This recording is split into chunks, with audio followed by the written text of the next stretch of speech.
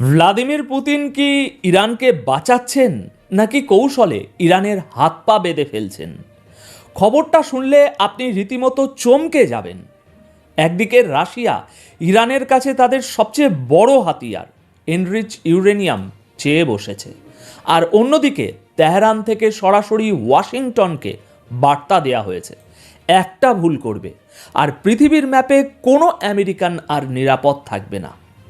সবাই যখন ভাবছে যুদ্ধটা শুধু মিসাইল আর ড্রোন দিয়ে হবে, ঠিক তখনই পর্দার আড়ালে এমন এক খেলা শুরু হয়েছে যা তৃতীয় বিশ্বযুদ্ধের সলতে আগুন দেওয়ার জন্য ভাই যথেষ্ট।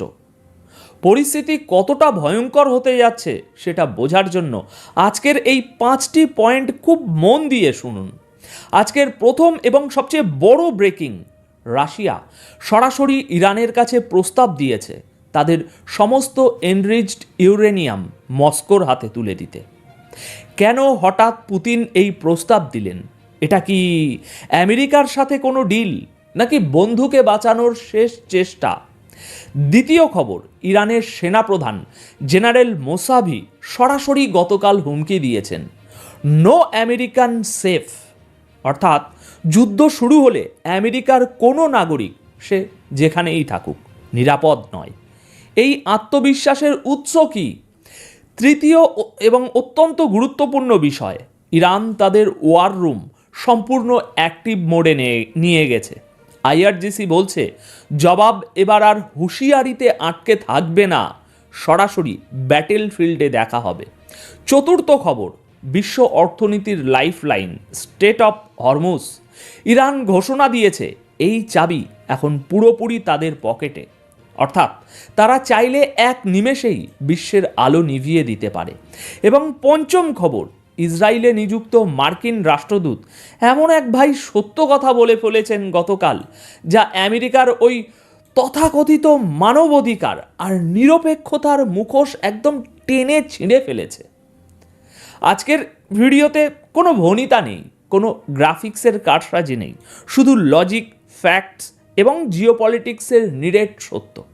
তাই একটু গুছিয়ে বসুন, কারণ আলোচনা গভীর হতে যাচ্ছে। চলুন সরাসরি আজকের সবচেয়ে বড় ধাঁধাটার জট খোলা যাক। প্রিয় দর্শক, গতকাল 2রা ফেব্রুয়ারি ক্রেমলিন থেকে একটি খবর লিক হয়, যা পরে দিমিত্রি পেসকেভ মানে পুতিনের মুখপাত্র কনফার্ম করেন। রাশিয়া ইরানকে বলছে, বন্ধু, তোমার কাছে যা এনরিচ ইউরেনিয়াম আছে, যা দিয়ে তুমি নিউক্লিয়ার বোমা বানাতে পারো, সেটা আমার কাছে জমা দাও। এখন প্রশ্ন হলো, রাশিয়া তো ভাই ইরানের বন্ধু, তাহলে কেন তারা ইরানের সবচেয়ে শক্তিশালী কার্ডটা নিজেদের হাতে নিতে চাইছে? দর্শক, এখানেই আছে জিওপলিটিক্সের আসল মজা। খুব সহজ করে বুঝুন। আমেরিকা এবং ইসরায়েল বারবার একটা কথাই কিন্তু বলছে, ইরান নিউক্লিয়ার বোমা বানাচ্ছে, তাই আমরা ইরানে হামলা করব। পুতিন এখানে এক ঢিলে 2 পাখি মারতে চাইছেন। রাশিয়ার যুক্তি হলো, যদি ইউরেনিয়ামটাই ইরানে না থাকে, যদি সেটা মস্কোর জিম্মায় থাকে, তাহলে আমেরিকার কাছে ইরানে হামলা করার আর কোনো লিগ্যাল বা মরাল অজুহাত থাকবে না।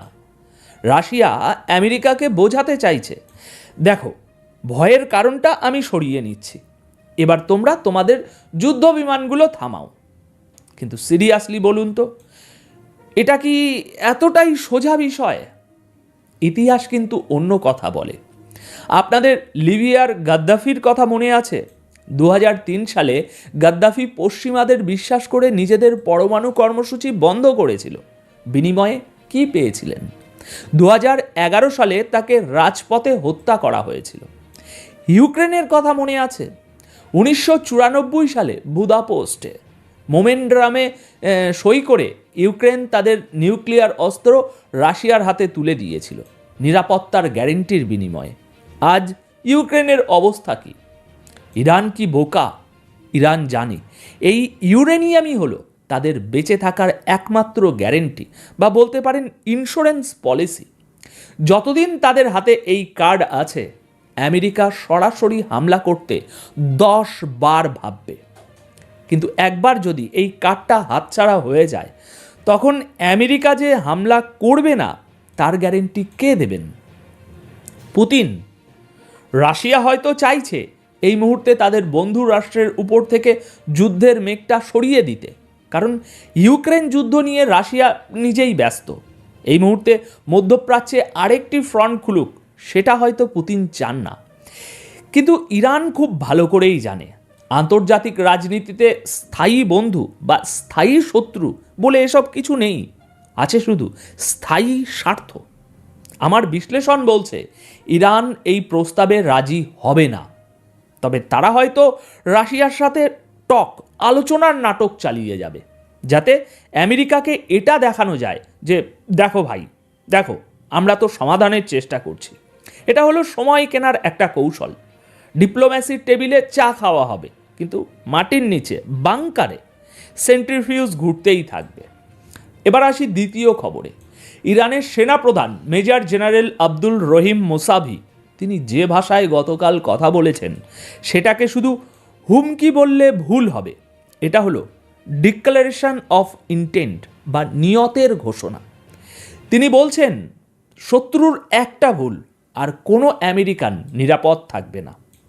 খেয়াল করুন, তিনি বলেননি মধ্যপ্রাচ্যে থাকা আমেরিকানরা, তিনি সর্বজনীনভাবে বলেছেন কোনো আমেরিকান। এর মানে কি? এর মানে হলো ইরানের পৌঁছানোর ক্ষমতা এখন আর শুধু তাদের বর্ডারের মধ্যে সীমাবদ্ধ নেই। জেনারেল মুসাভি মূলত আমেরিকাকে মনে করিয়ে দিচ্ছেন যে তোমরা হয়তো আকাশ থেকে বোমা ফেলতে পারো, কিন্তু মাটিতে আমরা তোমাদের ছায়ার মতো অনুসরণ করছি। মোসাভি এখানে একটি ঐতিহাসিক রেফারেন্স টেনেছেন, 12 দিনের যুদ্ধের কথা এবং গত 47 বছরের প্রতিরোধের কথা। তিনি বোঝাতে চাইছেন আমেরিকা এবং ইসরায়েল গত 20 বছর ধরে যে প্ল্যান সাজিয়েছে ইরানকে ঘিরে ফেলার, সেটা ইরান ভেস্তে দিয়েছে। দেখুন, এখানে একটা সাইকোলজিক্যাল গেম আছে। আমেরিকা একটা সুপার পাওয়ার, তাদের টেকনোলজি অনেক উন্নত, কিন্তু ইরান খেলছে অ্যাসিমেট্রিক ওয়ারফেয়ার। আমেরিকা একটা এয়ারক্রাফট ক্যারিয়ারের দাম $1 বিলিয়ন, আর ইরানের একটা ড্রোন বা মিসাইলের দাম কয়েক হাজার ডলার। ইরান যদি ঝাঁকে ঝাঁকে ড্রোন দিয়ে আমেরিকার একটা জাহাজ অকেজো করে দিতে পারে, তাহলে অর্থনৈতিক ক্ষতিটা কার বেশি হবে? মোসাভি যখন বলেন থাপ্পড় হবে জোরালো, ঠিক এরকম ভাষায় তিনি গতকাল কথা বলেছেন। তিনি যখন বলেন থাপ্পড় হবে জোরালো, তখন তিনি বোঝান যে ইরান আমেরিকার মতো সামনাসামনি যুদ্ধে যাবে না, বরং তারা এমন সব জায়গায় আঘাত করবে যেখানে আমেরিকা সবচেয়ে দুর্বল। আমেরিকার অর্থনীতি, তাদের তেলের সাপ্লাই লাইন এবং তাদের আঞ্চলিক ঘাঁটিগুলো। মনে রাখবেন, খবরের পেছনের খবরটাই আসল খেলা। মোসাভির এই বক্তব্যের টাইমিংটা দেখুন। যখন আমেরিকা তাদের যুদ্ধজাহাজগুলো লোহিত সাগর আর ভূমধ্য সাগরে সাজাচ্ছে, ঠিক তখনই এই হুমকি। এর মানে ইরান আমেরিকাকে বলছে তোমরা কাছে আসছো, মানে তোমরা আমাদের রেঞ্জের ভিতরে আসছো। যত কাছে আসবে আমাদের টার্গেট করা তত সহজ হবে। এখন পরিস্থিতি আরও সিরিয়াস। তেহরান থেকে খবর আসছে আইআরজিসির অ্যারোস্পেস ফোর্সের ওয়ার রুম পুরোপুরি হাই অ্যালার্টে। ইব্রাহিম রেজাই, যিনি ইরানের পার্লামেন্টের নিরাপত্তা কমিশনের মুখপাত্র, তিনি গতকাল স্পষ্ট করেছেন আমরা প্রস্তুত, জবাব হবে সরাসরি যুদ্ধক্ষেত্রে। দেখুন, সাধারণত দেশগুলো যুদ্ধের আগে ডিপ্লোম্যাটিক চ্যানেল খোলা রাখে, কিন্তু ইরান বলছে ইন্টেলিজেন্স আমাদের হাতে, নজর আমাদের তীক্ষ্ণ। তারা দাবি করছে শত্রুর প্রতিটি মুভমেন্ট তাদের নখদর্পণে। এবার এর সাথে যোগ করুন চতুর্থ খবরটি, স্টেট অফ হরমুজ। ইরানের পররাষ্ট্র মন্ত্রণালয়ের মুখপাত্র ইসমাইল বাঘি গতকাল সোজা সাপটা জানিয়ে দিয়েছেন হরমুজ প্রণালীর নিরাপত্তা এবং স্থিতিশীলতার চাবি আইআরজিসির হাতে। দর্শক বন্ধুরা, আপনারা যারা জিওপলিটিক্স ফলো করেন তারা জানেন হরমুজ প্রণালীটা ঠিক কী। এটা হলো বিশ্ব অর্থনীতির শ্বাসনালী। ইরান যদি কাল সকালে সিদ্ধান্ত নেয় যে তারা এখানে কয়েকটা মাইন ভাসিয়ে দেবে বা দুটো জাহাজ ডুবিয়ে রাস্তাটা বন্ধ করে দেবে, তাহলে কি হবে জানেন? মুহূর্তের মধ্যে বিশ্ববাজারে তেলের দাম ব্যারেল প্রতি $200-300 ছাড়িয়ে যাবে। আমেরিকা হয়তো সামরিকভাবে শক্তিশালী, কিন্তু তাদের অর্থনীতি কি এই ধাক্কা সামলাতে পারবে? ইউরোপ কি শীতে জমে যাওয়া থেকে বাঁচতে পারবে সেটা একবার ভাবুন। ইরান যখন বলে চাবি আমাদের হাতে, তারা আসলে পৃথিবীকে ব্ল্যাকমেল করছে না, তারা তাদের ডেটারেন্স বা প্রতিরোধের দেওয়াল পৃথিবীকে দেখাচ্ছে। তারা বলছে আমাদের মারলে আমরা একা মরব না, গোটা বিশ্বকে সাথে নিয়ে ডুবব। এটা কোনো ফাঁকা বুলি নয়, আইআরজিসির এই সক্ষমতা আছে। আমেরিকার নেভি হয়তো শক্তিশালী, কিন্তু এত সরু একটি জায়গায় হাজার হাজার স্পিডবোট, ড্রোন এবং অ্যান্টিশিপ মিসাইলের বিরুদ্ধে বড় বড় জাহাজগুলো অনেকটা সিটিং ডাক বা সহজ লক্ষ্যের মতো। ইরান এই ভৌগোলিক সুবিধাটাকেই তাদের সবচেয়ে বড় অস্ত্র হিসাবে ব্যবহার করছে বর্তমানে। এবার শেষের খবরে আসি, যেটা শুনলে আপনার মনে হবে যাক, অন্তত কেউ তো সত্য কথাটা বলল।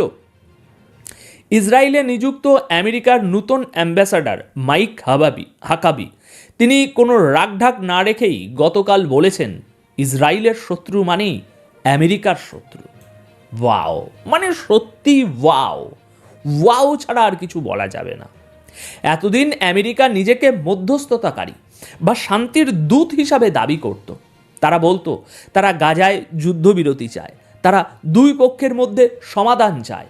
কিন্তু মাইক হাগাবির এই একটা লাইন আমেরিকার সেই সব ভণ্ডামির মুখোশ একেবারে টেনে হিঁচড়ে খুলে দিয়েছে। যদি ইসরায়েলের শত্রু আমেরিকারও শত্রু হয়, তাহলে গাজার সাধারণ মানুষ যাদের ইসরায়েল শত্রু মনে করে, তারাও কি আমেরিকার শত্রু? যে হাজার হাজার শিশু মারা যাচ্ছে, আমেরিকা কি তাদেরও শত্রু হিসাবেই দেখছে? তাহলে ওই যে ত্রাণ পাঠানোর নাটক, ওই যুদ্ধবিরতির আলোচনা, সবই কি আইওয়াস? লজিকটা আরও গভীরে নিয়ে যান। ইসরায়েল তো কাতারকেও মাঝে মাঝে দোষারোপ করে, তাই না? কাতার, যেখানে আমেরিকার মধ্যপ্রাচ্যের সবচেয়ে বড় ঘাঁটি অবস্থিত। তাহলে মাইক হাগাবির সূত্র অনুযায়ী কাতারও কি আমেরিকার শত্রু? আসলে এই বক্তব্যের মাধ্যমে আমেরিকা এবং ইসরায়েল অফিসিয়ালি নিজেদের এক এবং অভিন্ন সত্তা হিসাবে ঘোষণা করল গতকাল। ইরানকে তারা বার্তা দিচ্ছে, তোমরা যদি ইসরায়েলে একটা ঢিলও মারো, সেটা আমরা হোয়াইট হাউসে হামলা হিসাবে গণ্য করব। এতে সংঘাতের ঝুঁকি কি কমল দর্শক? একদমই না, বরং এটা ছোটোখাটো কোনো ভুল বোঝাবুঝি বা বর্ডারে কোনো ছোট সংঘাত, একটা ছোট সংঘাত সরাসরি ইরান বনাম আমেরিকার যুদ্ধের রূপ নিতে পারে। আমেরিকা নিজেকে এমন এক জায়গায় বেঁধে ফেলল যেখানে ইসরায়েলের যে কোনো বেপরোয়া সিদ্ধান্তের দায় আমেরিকাকে নিতে হবে এবং তার জন্য রক্তও দিতে হবে। তো দর্শক, এখন পুরো ছবিটা পরিষ্কার। একদিকে রাশিয়া চেষ্টা করছে ইরানের হাত থেকে নিউক্লিয়ার ট্রিগার সরিয়ে নিতে, যাতে যুদ্ধটা ইরানও যায়। অন্যদিকে ইরান বলছে আমাদের বিশ্বাস করো না, ঠিক আছে, আমরা ওয়ার রুম রেডি রেখেছি এবং তেলের চাবি পকেটে নিয়ে বসে আছি। আর আমেরিকা জানিয়ে দিল তারা ইসরায়েলের ছায়া হয়েই থাকবে। এখন আপনাদের কি মনে হয়, ইরান কি রাশিয়ার কথা শুনে তাদের ইউরেনিয়াম মস্কোকে দিয়ে দেবে, নাকি গাদ্দাফির পরিণতি মনে রেখে তারা এটা আঁকড়ে ধরে রাখবে? কমেন্ট বক্সে আপনাদের মতামত অবশ্যই জানাবেন। আমি প্রতিটি কমেন্ট পড়ার চেষ্টা করি, কারণ আপনাদের বিশ্লেষণগুলো অনেক সময় আমাদের চেয়েও ধারালো হয়। ভিডিওটি যদি ভালো লাগে, আপনার মনে হয় যে আপনি নতুন কিছু জানতে পেরেছেন, তাহলে অবশ্যই একটি লাইক দিন এবং আপনার বন্ধুদের সাথে শেয়ার করুন। মনে রাখবেন, সত্য খবর ছড়িয়ে দেওয়াটাও কিন্তু এক ধরনের যুদ্ধ। দেখা হবে পরের প্রতিবেদনে। ততক্ষণ পর্যন্ত চোখ খোলা রাখুন, কারণ খবরের পেছনের খবরটাই আসল খেলা। ধন্যবাদ আপনাদের সকলকে।